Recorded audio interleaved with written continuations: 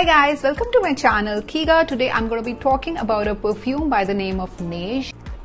I myself a die-hard fan of intense fragrances, but at the same time I also feel there's something nice about soft, delicate and feminine kind of perfumes as well. So if you are someone who likes those mild scents, then you're gonna absolutely love this perfume. It's really feminine, soft, delicate and musky.